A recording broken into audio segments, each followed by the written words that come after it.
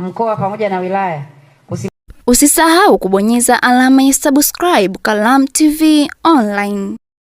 Mtazamaji wa YouTube channel yetu ya Kalamu TV Online, tunaripoti taarifa hii kutokea mkoani Katavi. Mkuu wa mkoa wa Katavi Mheshimiwa Mwanamvua Mrindoko amewataka wataalamu wa serikali kuwasimamia kwa karibu wakandarasi wanaopewa zabuni za ujenzi wa miundombinu ya barabara ili mradi hiyo ijengwe kwa viwango vinavyokubalika na kudumu kwa muda unaotarajiwa. Mrindoko ametoa maagizo hayo wakati akizungumza kwenye kikao cha bodi ya barabara mkoa wa Katavi kilichowakutanisha viongozi mbalimbali wa serikali na wadau wa sekta ya barabara kwa lengo la kujadili utekelezaji wa miradi na kuimarisha miundombinu ya barabara mkoani humo. Usisahau kubonyeza alama ya subscribe kwenye YouTube channel yetu ya Kalamu TV Online ili uwe wa kwanza kupata taarifa zetu.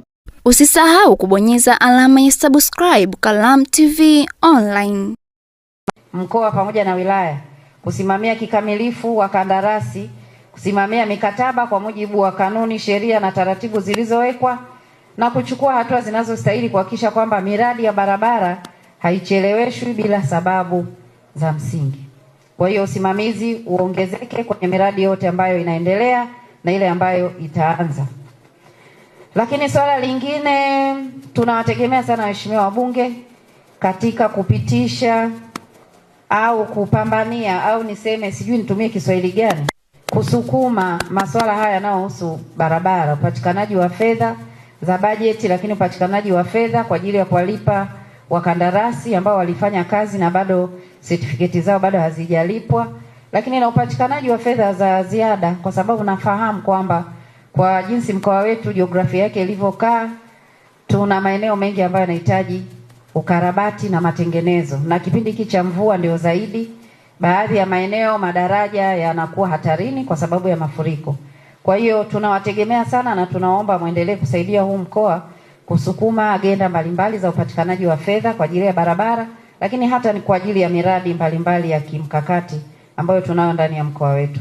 Kwa maana hiyo, niombe kwenu tukubaliane kwamba agizo lile nililowapa waheshimiwa DC kutuletea taarifa tarehe 9 mwezi wa 3, basi iwe hivyo, kwa maana ya taarifa za mapendekezo ya barabara za kupandishwa hadhi, lakini taarifa inayoonyesha vipaumbele vya kila halmashauri kwenye ujenzi wa barabara za lami, ujenzi wa barabara za changarawe, ujenzi wa madaraja na ufunguzi wa barabara mpya. Kipaumbele ni kipi kulingana na tunavyoona ufinyu wa bajeti zetu. Kwa hiyo taarifa hizo zote zipatikane ili kuweza kurahisisha masuala yanayohusiana na